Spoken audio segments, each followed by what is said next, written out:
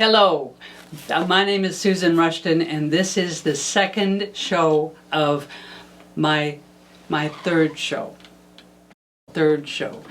My second show of my third show. This is Lifetime English Major. And the last time I did this, I didn't explain why I called myself a lifetime English major.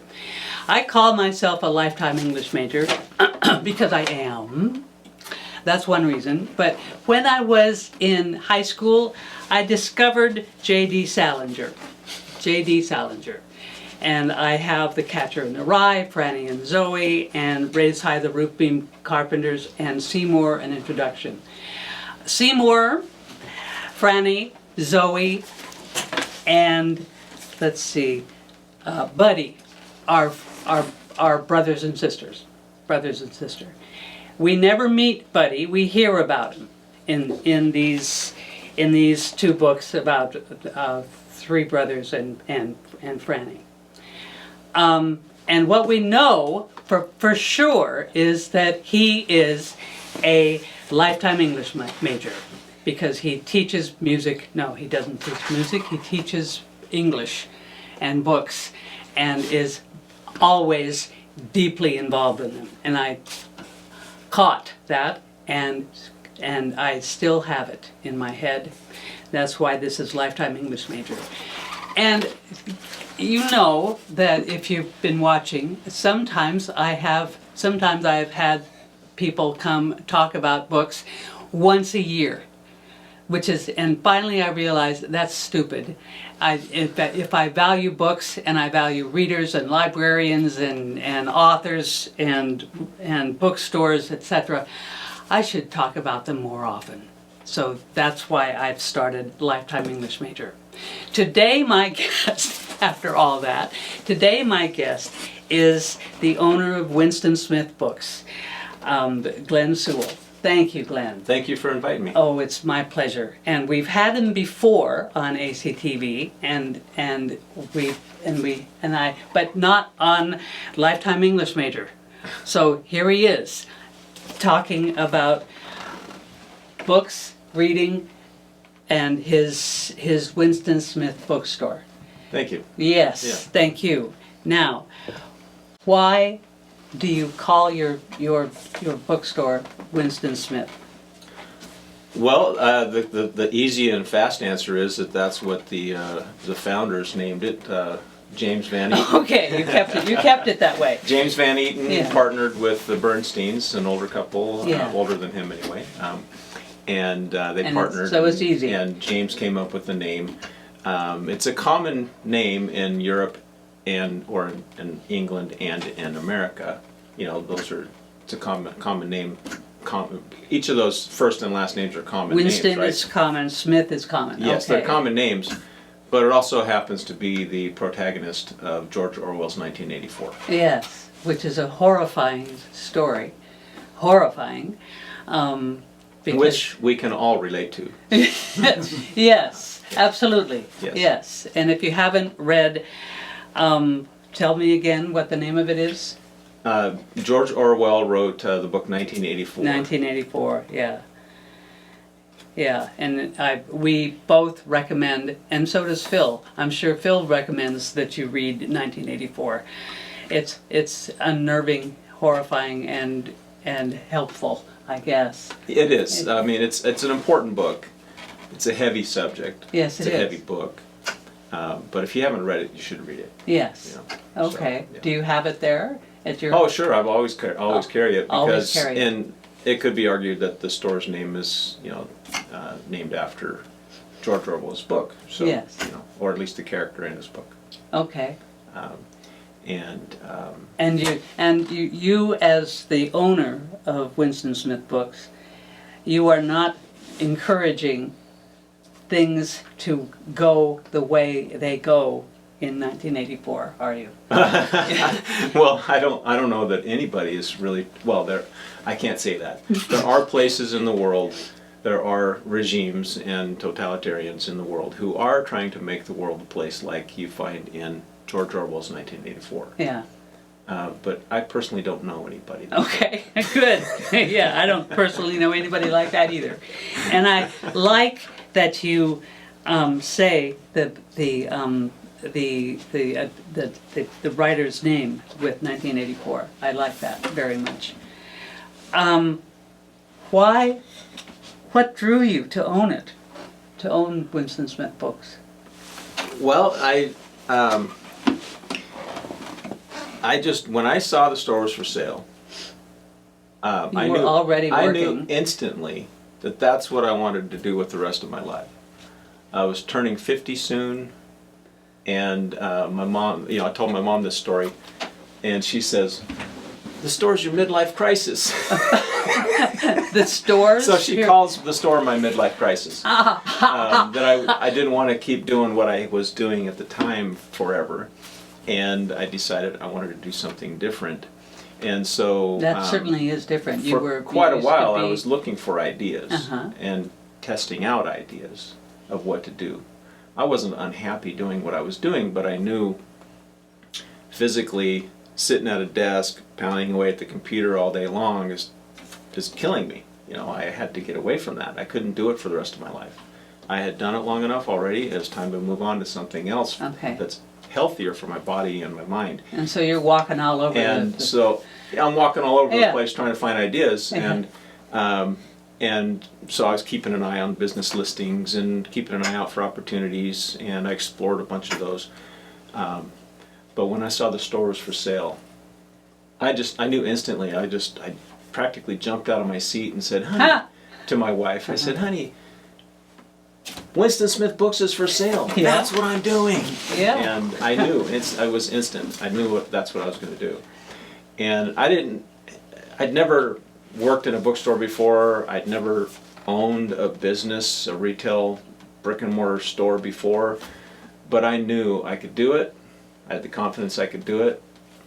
I'm not an expert in books. I'm not a English major. But the store is my college now. So I can guess. Yes. And the more you're there, the more you learn, the more you see, the more you find.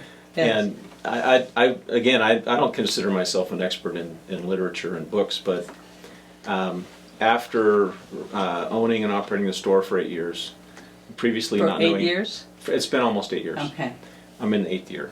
And the store's been there for 20 years. I came along about 8 years ago. Previously I knew virtually nothing more than anybody else about Shakespeare, right? I don't think I know very much about Shakespeare still, but I certainly know a lot more than I did then.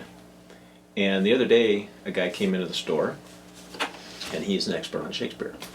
I actually had an intelligent conversation with him. And I surprised myself. Wow, I know a little bit about Shakespeare now, So there's a lot to learn, and the store is a great place for me to do that, and for customers to do that. So That is thrilling.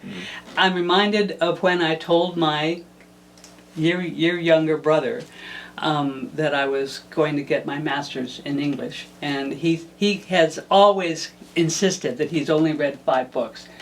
Always. you told who? My brother. Oh, your brother. My Okay. little brother, Yeah. my younger brother, he said, I've only read 5 books, he said. And that's a lie, he's read more, but he hasn't read much, and he was convinced that I had read so many. And yes, 10 feet ahead of him seems a lot, but 10 feet ahead of him, I turn around and look over at all the books that I haven't read, and he thinks those are all the books you have read, probably because they're on your shelf. yeah, yes. But you have moved quickly from those 5 feet ahead of my brother, and you have seen so much that is out there Right. that you haven't reached yet. Yeah. And so the But more I you- learn, the more I realize I don't know. Yeah. And that's, I didn't make that up. That's, No. people have been saying that for eons. Yes. But just as an example of what you're talking about, of how much I discover and see at the store as far as literature goes. I have searched through book by book, one book at a time, book by book, well over 1 million books to find what you see in my store. Why? Why that much? Why that? Over 8 years of searching for, Because looking you through. want good things. Yes. Okay. I only have room for, well, with the current setup and having the space in my aisles and the You clean, need space a clean in your aisles. floor Yeah. and everything, the current setup, which I like, I only have room for about 45,000 titles in the store. And Wait. so You say it again. You only have room, and tell them. Oh, Tell them. I You only have room. I only have room for about 45,000 titles in the store with my current setup, which I like. I want to keep it clean. I want to keep the floor Yeah. clean. But I think, Obviously, I could put hundreds of thousands of titles in that space, but it would be messy. yes, So it I would be keep hard it to down get to around and what yeah. it is. Yes. And of the millions, literally millions of new books, fresh new literature that is being published in America every year. Every year, a million. Over 1 million new books every year in America. 45,000 books is really a drop in the ocean. Yes, it is. And But that's also thrilling. It means there are people writing and people publishing, and probably people buying. Sorry, that's okay. That's okay. That's what he would expect anyway. But that's thrilling. And I don't want to see 1 million books appearing in your bookstore every year. well, I don't. You can't. Yeah, I don't do You that can't. every year. And it's not. It takes more than a year to look at 1 million books, like to review, to look at them enough to decide, is this a book I want to put in my store? How do you decide? There we go. Well, first of all, condition is always if you're talking about antiques, furniture, cars, real estate, clothing, whatever. Condition matters, right? Yes. Condition is the most important thing. It always is the most important thing. Yeah. You hear real estate agents say, location, location, location. Well, for books, it's condition, condition, Yes, condition. yes. Okay. Yeah. At least for me, it is. And so, there are few exceptions to that rule, but I mean, 1 in a million, not Yeah. almost literally 1 in a million is Uh-huh. the exception to that rule, right? Mm-hmm. I do have some books in the store that are in poor condition, but they're extremely rare. And And worthwhile. they're under glass. They're under the glass case or something like that. Yeah. And I'll probably never find that book again, in whatever condition. Yeah. So I went ahead and took it. But for everything else, condition is the most important thing for me Yeah. when I'm selecting books. The next thing I look for is, do I already have this book or too many copies of it? Mm-hmm. And most of the time, too many copies would be 2 copies of the book. If I already have one, I don't need another. Yeah. And Because I only you have wait room until for somebody buys it. 45,000, right? So, so that's the other thing I look for is, do I already have this? And then the next thing, of course, I'm looking for is this something that I think is going to sell quickly? Mm-hmm. Or do I think it's literary or historically important enough that I should take it anyway, even if it may not sell quickly? Yeah. So that's the gist of it. And you would do that differently than I do it. Probably. The bookseller in the next town does it differently than I do it. Are So, you sure? Yes, of Okay. course. Yeah. Okay. I have booksellers who are bringing me books that they couldn't sell, or that they don't want to try to sell. Mm. I buy them sometimes. Sometimes. I don't buy all of them, Yeah. of course, but I'll buy some of those books that they've rejected or that they tried to sell and couldn't. I buy them and I sell them. So I can sell something that they can't. They can sell something that I can't. They would choose something I wouldn't, and vice versa. And that's partly because of where you put them, partly because of who we have here who are interested in books. Right. Yeah. Yeah, it's where you are, your customer base, and who's likely to come to look for it. Yeah.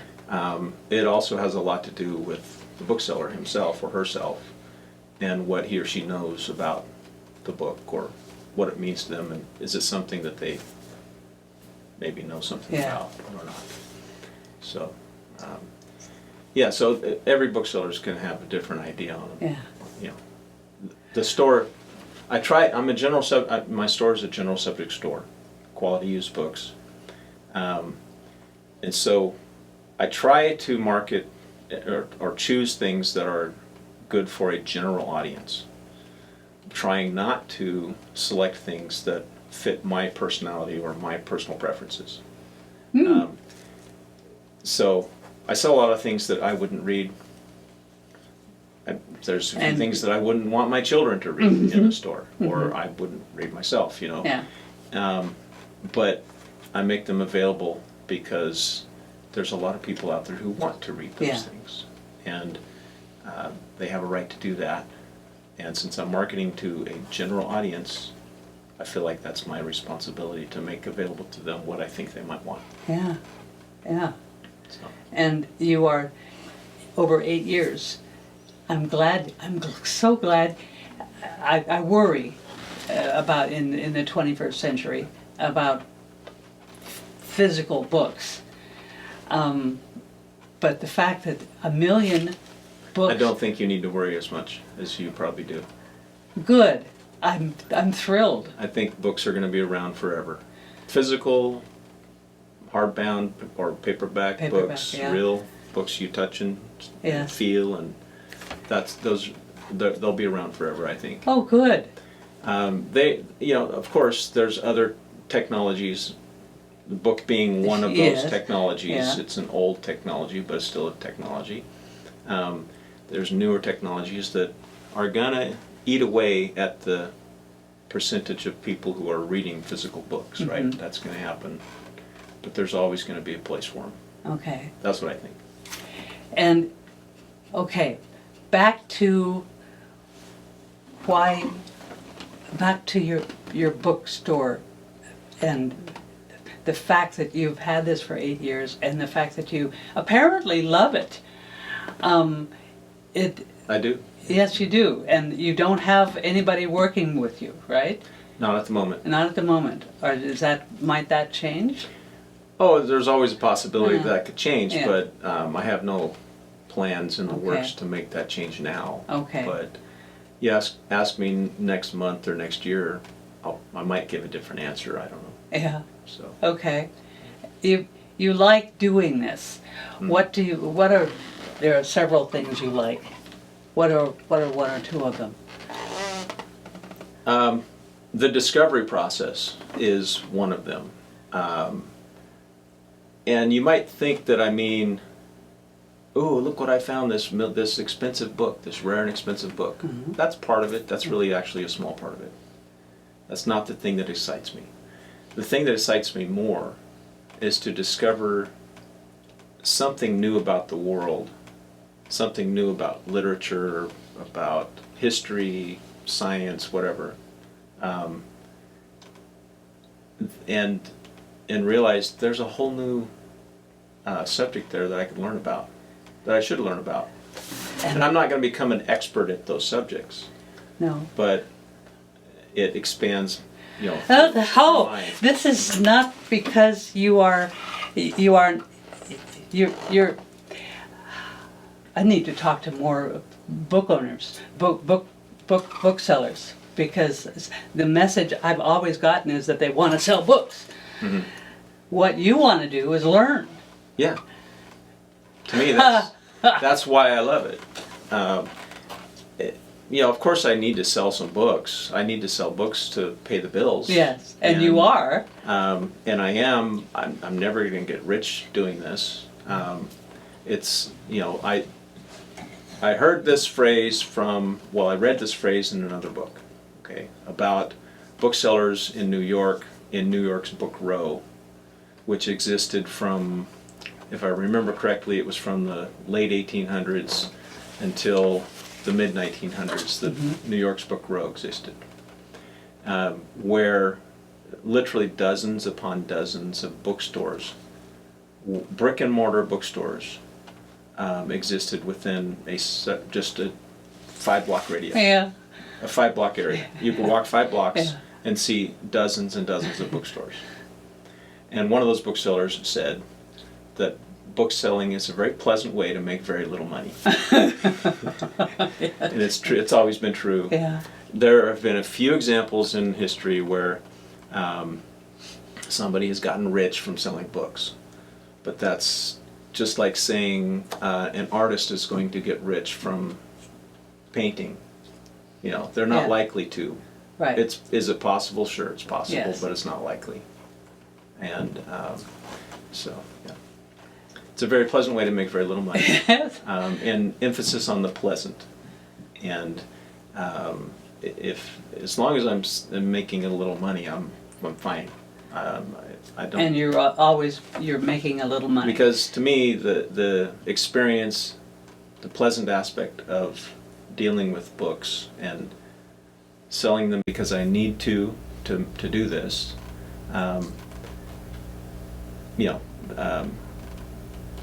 I lost my train of thought, but it's basically, That's because you're a reader. yeah.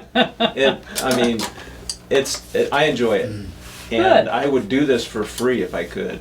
If money didn't matter, I would do it for free. But money matters, so I have to sell. Yeah. And I do need to make a profit, and it has to be enough to keep me going. And you are. Yeah, Good.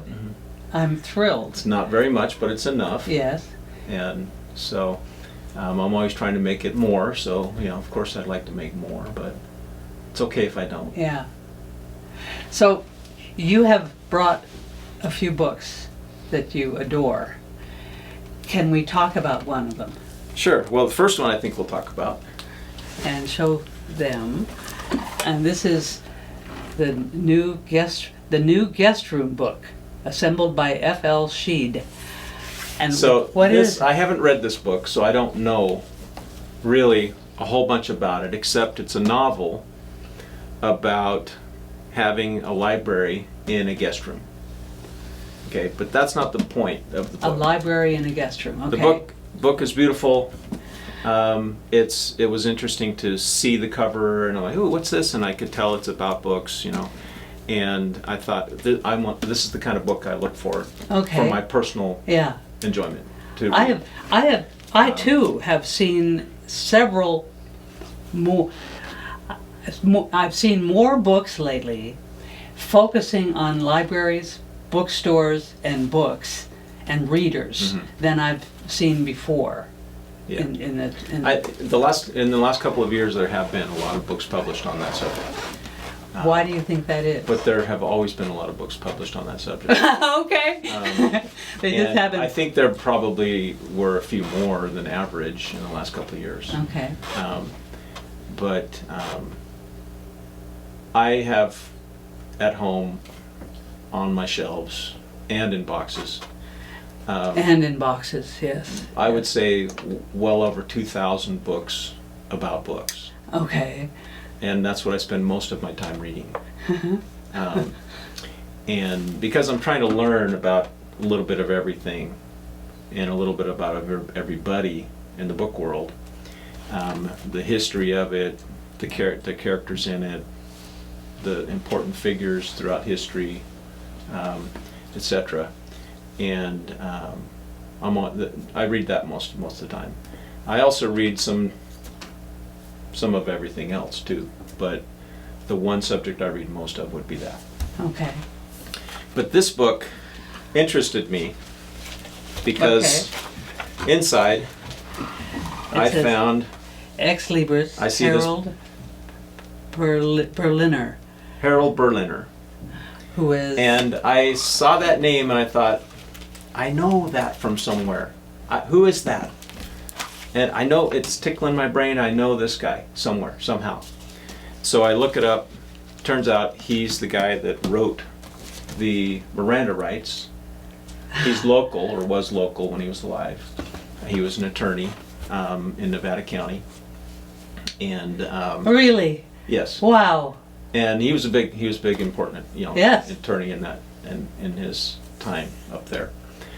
And he also on the side, and this is the other way that was tickling my brain. I knew him from. I knew him both ways, but I just couldn't remember. Sometimes you see something, it sparks the idea that, hey, I think I know that, but you can't place it. Mm-hmm. That was how it felt. So I looked it up. He's the attorney that wrote the Miranda rights, and he also had a type foundry and a private press, Okay. which was his real passion. Yes. So I thought, I wonder if Sounds somebody like is you. still. I wonder if somebody is still running his equipment. If someone's still doing what he did, did somebody carry on that tradition? His daughter is doing it. And where does she live? Up there, same place he did. Well, she doesn't live there, but she works, Uh-huh. in the shop that he had, Okay. and using the equipment that he, put together. Wow. And she's still doing it. Her Wonderful. name is Judith. She Okay. started as a teenager under him, Uh-huh. helping Dad, and she's still up there doing that. And I went up there yesterday to meet her and her team, which is a small team. It was like a candy store to me to see all that incredible equipment, vintage equipment being used for modern purposes. She doesn't print books. I don't know if she prints any books. I think it's mostly posters and advertisements and business cards and bookmarks and wedding invitations and funeral announcements and things like that. But she uses this and stuff. menus and Yeah. all that kind of thing. But she uses the vintage equipment to do it all. And it's fantastic. Yes. yeah. Yes. So, The things one learns. mhm. The things you learn. Wow. So that's why I like. I am tickled and That's why I like this book. yes, yes. I'll read it. Not just because it's But to me, it means it's be- something because of who I discovered a local who is still doing yes, a fantastic craft yeah. in Grass Valley. Wow. Okay. Please go to Winston Smith Books. You're going and if you go into Winston Smith Books, you're going to find a guy who cares about books, who cares about reading, who cares about learning, who wants to have you leave the store with books. That's Winston Smith Books, 933 Lincoln Way, winstonsmithbooks.com, or 530-823-5940. And this is Glenn Sewell. Glenn, Thank you, Susan. oh, thank you for joining me again. It's always a pleasure to talk with you because you have so much to say. Likewise, thank you. Oh, good. Thank you, and thank you for watching.